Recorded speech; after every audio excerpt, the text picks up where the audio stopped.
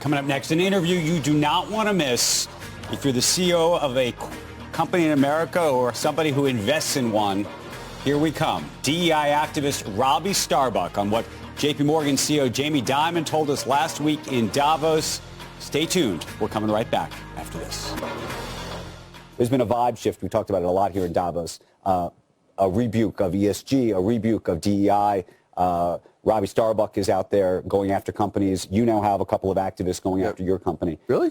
Not that I'm aware. Are you aware of this? Well, bring them on.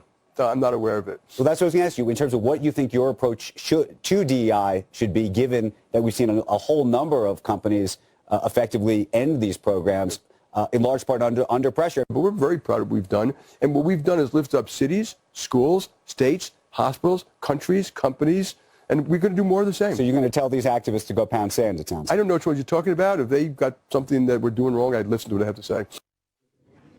That was JP Morgan CEO Jamie Dimon with us in Davos last week. Following that interview, activist, investor, DEI activist, I should say, Robby Starbuck, releasing a video of his own angling for a debate with Dimon.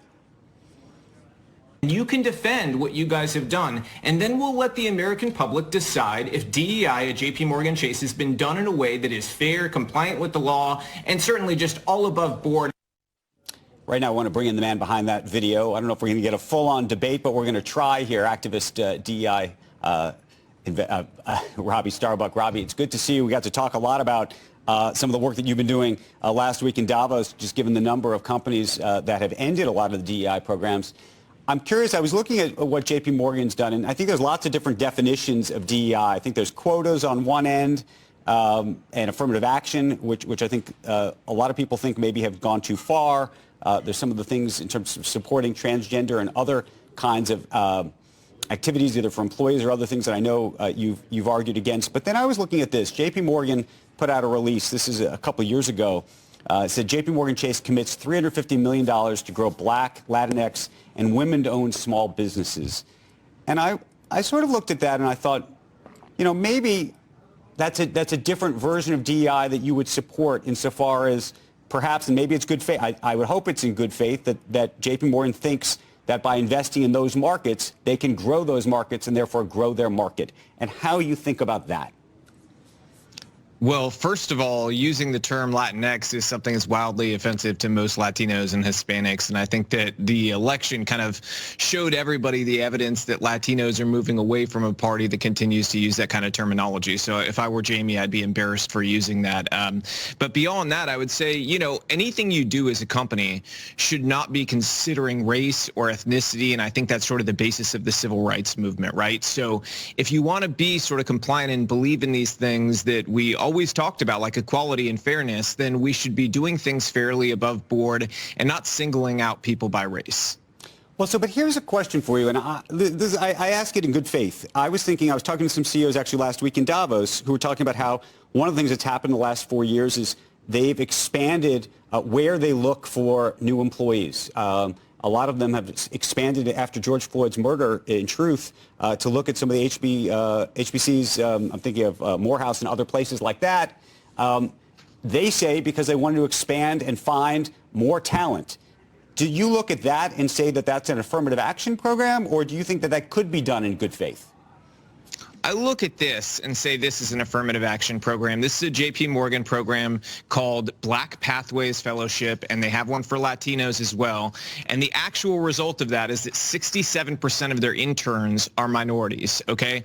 We live in a country that's vast majority white still. That obviously tells you that these programs are having a, you know, preferential treatment basis for these other groups of people. And I'm not saying that people of all races shouldn't be represented. They should, but I think proportional to society, you would expect it to be if it was occurring naturally. It's not occurring naturally. This is something very clearly where they're putting their finger on the scales. And if you look at sort of the laws on the books, that's something that should be, I think, by any reasonable person seen as illegal. Well, let me ask you this. So Ken Frazier used to be the CEO of Merck, African-American, one of the most prominent African-American CEOs in the country at the time.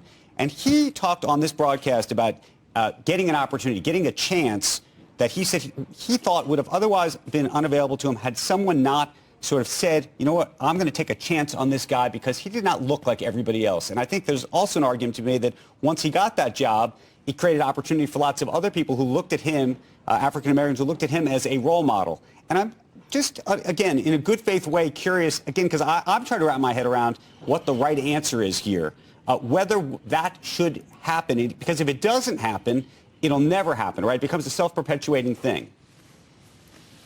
I would say this. I think people need perspective. My family came from Cuba. My mom was a penniless refugee. She came here not speaking English, and they lost everything to communism, everything they ever worked for.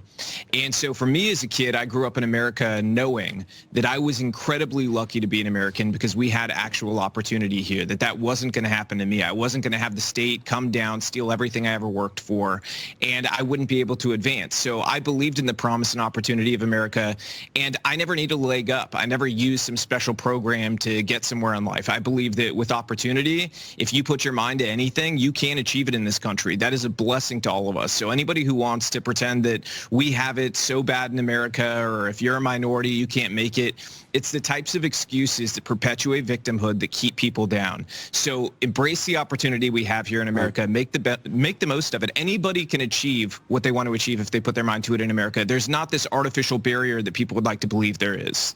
Well, let me ask you a different one. And I spent a lot of time, I think like you do, because we've communicated on X.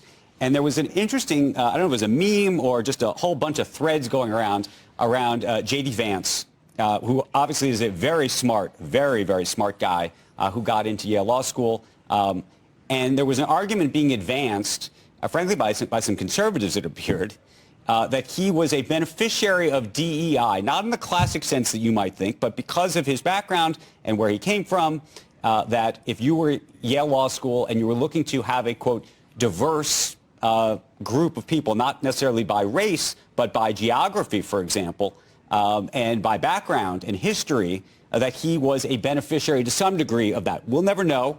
What do you think of that? I think it's ludicrous. I've never seen this argument advanced. I think it's honestly kind of funny. J.D. Vance is an American success story. I think he is the American dream. He embodies it. And to go from where he went in America and lift himself up to the vice presidency is a testament to exactly what I said, that anybody can do anything in this country, to be born in the conditions he was born into. And you'd have this group of people within DEI tell you that somebody like J.D. has white privilege. It was no privilege for him to grow up around a drug-addicted mom, to grow up in an abusive environment, and to lift himself up out of it. There are a ton of minorities born into much better positions in this country who make, nowhere near that of themselves. And then there's other minorities who have the most terrible conditions they're born into and make an incredible life for themselves. It's I don't all disagree about with you. Seizing opportunity. By the way, Robby, you and I think, agree largely on a lot of things. The issue, I think, is, I remember someone telling me when I was in high school, your family should move to Montana because if your family moved to Montana, you'd have a better chance of getting into an Ivy League school. I remember this. I remember the conversation. And why would that be? Because I was in New York, where a lot of people, on the East Coast go to these schools, and the view was that if you were in a state where that a lot of these kids didn't come from, that unto itself would be considered diversity. I ask because I think there's a question about what DEI is, whether we're talking about quotas and affirmative action, whether we're talking about something else. And as CEOs are thinking about how to restructure these programs, in large part, not just under pressure from you, but because of, I think, the sort of natural pressures that are happening in the country, politically and otherwise, what the right answer is. And is there a way to do some of this, if it's in good faith, to try to find the right next new generation of people working at their firms with not doing the things that may take it too far? Meaning, is there a middle ground? I think there is a middle ground called fairness. The situation you just described is one that today is playing out very differently. That's a time long ago, not to say you're old or anything, but we're getting a little older, right? And that time is not the reality we're living in now. The reality now, if we're being very honest, is one where my kids can check a box that says Latino, or they can check one that says white because their mom's Scottish, right? And we're very aware if they check the Latino box going into college or going into the workplace, they have a much better chance of getting into school or getting that job. job. Now, what does that tell you? That tells you that it is patently unfair to other people. This is racism in a different form by a different name. And as long as it is that, it's wrong, because at the core of what we believe in, it's that we should all be treated fairly. It's that our color shouldn't matter, our ethnicity shouldn't matter. And if you look at what these companies have become, I think it's really a shell of what they can be, because if they embrace the American dream that really was the envy of the world for so long, we can be, again, the most dominant, the greatest, without question, country on the face of this earth. It's this stuff we've gotten into, like training with the genderbread man. This is something JP Morgan does, by the way. This is an actual training, genderbread man. Are we serious? We're adults here, right? We have a $30 billion commitment to racial equity. This is racism in another form, $30 billion. And you know, Dylan Mulvaney started the big Bud Light fiasco, right? Mm-hmm. Guess who sponsored a Dylan Mulvaney event for children? JP Morgan. That was recently, okay?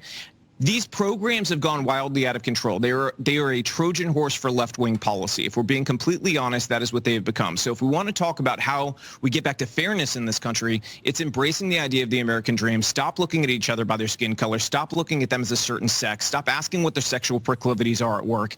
And just get back to fairness and judging people on merit.